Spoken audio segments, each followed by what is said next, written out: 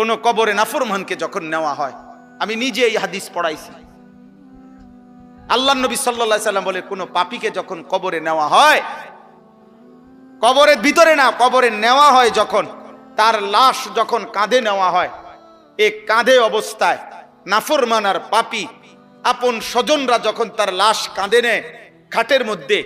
আল্লাহর কসম নবী বলে সে এমন বিকট চিৎকার করে, ইয়া ওয়াইলাতা ইয়া লাইতাহা, হে আফসোস আমার স্বজন,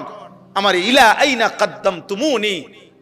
আরে ফুত তুই আমারে কই নিচ্ছিস, আমার সন্তান, আমার ভাই তুই আমারে কান্দে নিয়ে ওদিকে নিচ্ছিস কেন, মনে আমারে মাইরা ফেলবে তো, আমারে কবরে দিস না রে আব্বা, আমারে কবরে দিস না, আমারে তো ফেরেশতা মাইরা ফেলবে, আমারে তো শেষ করে ফেলবে, আমারে দিস না। এইভাবে স্বজন